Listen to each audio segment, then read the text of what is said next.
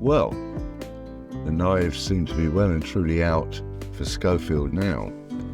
As more and more revelations are made about this whole murky episode, the level of toxicity just becomes more apparent. Despite the denials, the cover-up of Schofield's behaviour seems to originate from the very top of ITV. Though the bosses at ITV deny they were aware of what Schofield was doing, more and more pieces of evidence are coming to light that conflict with this standpoint. Not only were they aware of this, but they are also prepared to cover it up in order to protect their star, product, brand, moneymaker, etc. People who spoke out or complained about what was going on were removed from the show, or at least sidelined. Even the young man in question was removed from the show when his affair with Schofield ended. If the bosses at ITV were unaware of the affair between Schofield and this young man, then that surely must have been a coincidence. Yeah, believe that if you want. Since his position became untenable at ITV and Schofield had to step down or get sacked, he has whined about the toxicity that has appeared. However, that said toxicity seems to have been in place well before Schofield left the show. And judging by statements made by various people who worked on the show, Schofield was the instigator and/or cause of most of this toxicity. There have even been allegations from ex-members of staff that they had to sign non-disclosure agreements when they left the show.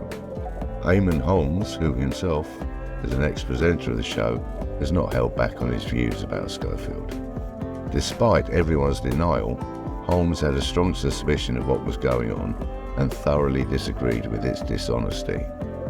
After his wife voiced her concerns regarding the situation to the bosses at ITV, she was removed from the show, as was Holmes.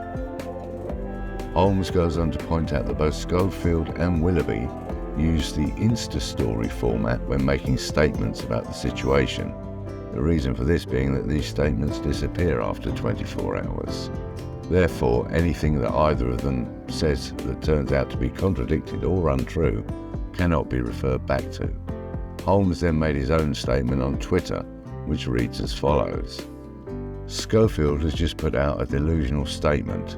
Like Holly, he puts it on Insta stories, so if it goes wrong, there is no record after 24 hours. I'm reluctant to give the liar any more publicity, but believe me, Pip, if you're looking for a fight, you've picked the wrong person. So I guess there's no love lost there then. I expect this story is just going to run and get murkier and murkier until there's a statement from the lad that's involved. But there still seems to be suspicions with regard to what age Schofield became involved with this lad, although there is absolutely no evidence to suggest that it was anything other than legal. This, however, does not absolve Schofield, in my opinion at least, from an abuse of power. I have worked over the years with many very famous people, and what you notice is that a lot of ordinary everyday people are completely transfixed by their celebrity when they meet them. I mean, they'd literally do anything. So with this wealth, power and celebrity comes a sense of responsibility. To abuse or take advantage of this position is a dereliction of that responsibility. All it is completely selfish behaviour that shows a total disregard for the effects that this behaviour will have on others.